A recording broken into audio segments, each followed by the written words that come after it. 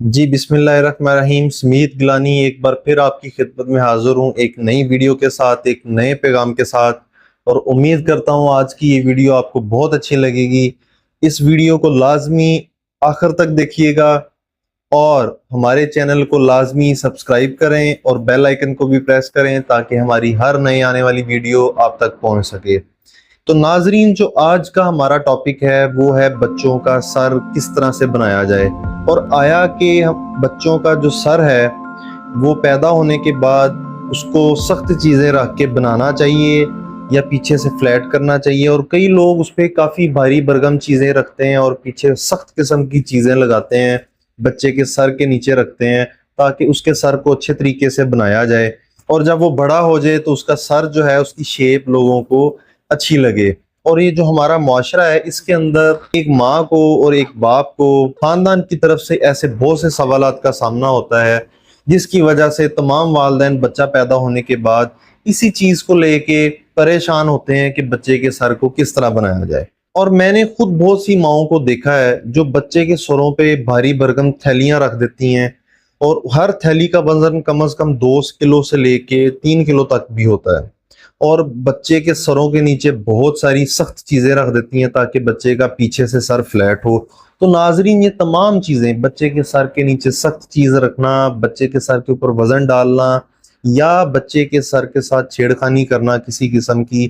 یہ تمام چیزیں غلط ہیں، اور یہ صرف تکلیف ہی نہیں بلکہ بچے کے لیے ایک ذہنی کمزوری کا باعث بنتی ہیں۔ اور بہت سی خواتین ایسی بھی ہیں جو اسپیشل دوسروں کو بتا رہی ہوتی ہیں آپ نے ہارڈ قسم کا گھتا دینا ہے، ہارڈ قسم کا پتھر دینا ہے، ہارڈ قسم کی جو ہے لکڑی دینی ہے، یا کچھ خواتین تو آپ نے دیہاتوں کے اندر ایسی بھی دیکھی ہیں جو کہ اینٹ کے اوپر رکھ کے بچے کا سر بناتی ہیں۔ میرا ان تمام ماؤں کے نام اور ان تمام لوگوں کے نام یہ اہم پیغام ہے کہ اگر آپ اپنے بچے کا سر بنانے کے چکروں میں اس کے سر کے ساتھ اس قسم کی زیادتی کر رہے ہیں تو آپ بہت بڑی غلطی کر رہے ہیں، کیونکہ آپ کا بچہ ان چیزوں کی وجہ سے دماغی طور پہ بہت کمزور ہونے جا رہا ہے۔ آپ اپنے بچے کے سر کے نیچے چیزیں رکھ کے اس کے سر کی شیپ تو بنا دیں گے، لیکن اس کے دماغ کی جو نشو نما ہو رہی ہے اس کو آپ ڈیمیج کر دیں گے۔ تو ناظرین، اس ٹاپک کو آگے بڑھاتے ہیں اور میں آپ کو وہ ڈیٹیلز بتاتا ہوں کہ جب بچہ پیدا ہوتا ہے تو اس کے ساتھ ہمیں اس قسم کی چھیڑخانی کیوں نہیں کرنی چاہیے، بچوں کا سر نرم کیوں ہوتا ہے، اور آپ کے بہت سے سوالات کے جواب آگے اس ویڈیو کے اندر میں بتانے جا رہا ہوں۔ تو ویڈیو کو اینڈ تک لازمی دیکھیے گا۔ اچھا تو دوستو، سب سے پہلی چیز آپ یہ سمجھ لیں کہ آپ کے بچے کے دماغ کی نشو و نما کے پہلے 2 سال آپ کے بچے کے لیے بے حد قیمتی ہوتے ہیں، کیونکہ انہی پہلے 2 سالوں کے اندر بچے کی پیدائش کے بعد بچے کا جو دماغ ہوتا ہے اس نے ڈیولپ ہونا ہوتا ہے، اس نے مکمل ہونا ہوتا ہے۔ تو اگر اسی ٹائم میں ہم والدین بچے کے سر کے ساتھ سخت چیزیں اوپر رکھ کے یا وزنی چیزیں اس کے سر پہ رکھ کے یا ہارڈ قسم کی چیزیں اس کے سر کے نیچے رکھ کے اس کا سر بنانے کی کوشش کریں گے تو وہ جو پہلے 2 سال میں بچے کے دماغ کی نشو و نما ہونی ہے وہ ڈیمیج ہو جائے گی۔ اور آپ نے نوٹ کیا ہوگا کہ جب بچہ پیدا ہوتا ہے تو اس کے سر کے اوپر والی سائڈ پہ اور پچھلی سائڈ پہ 2 سے 3 جگہیں نرم آپ کو محسوس ہوتی ہیں جب آپ اس کو اٹھاتے ہیں۔ تو یہ تمام چیزیں جو نرم آپ کو محسوس ہوتی ہیں بیسیکلی پیدائش کے وقت بچے کا سر جو ہوتا ہے، اس کا جو سکیلٹن ہوتا ہے، جو اس کی اوپر والی ہڈی ہوتی ہے، کھوپڑی جسے کہتے ہیں، اس کو اللہ تعالیٰ نے 6 حصوں میں تقسیم کیا ہوتا ہے، وہ ابھی مکمل جڑی ہوئی نہیں ہوتی، اور اسی وجہ سے بچے کی جو کھوپڑی ہوتی ہے، بچے کا سر ہوتا ہے، وہ نارمل سائز سے بڑا ہوتا ہے۔ اب یہ کیوں بڑا ہوتا ہے؟ کیونکہ اللہ تعالیٰ نے اس کو 6 حصوں میں تقسیم کیا ہوتا ہے تاکہ جو دماغ ہے اس کھوپڑی کے اندر وہ اچھے طریقے سے اس کی نشو و نما ہو سکے اور اس کی گروتھ اچھے طریقے سے ہو سکے۔ اور جب 2 سال کے اندر دماغ کی جو نشو و نما ہے یا گروتھ جو ہے وہ اچھے طریقے سے مکمل ہو جاتی ہے تو دین یہ ہڈیاں، جو کھوپڑی کی جو ہڈیاں جو 6 حصوں میں تقسیم ہوتی ہیں پیدائش کے وقت، یہ آپس میں جڑنا شروع ہو جاتی ہیں اور مکمل جڑ کے ایک مکمل کھوپڑی کی شکل اختیار کر لیتی ہیں۔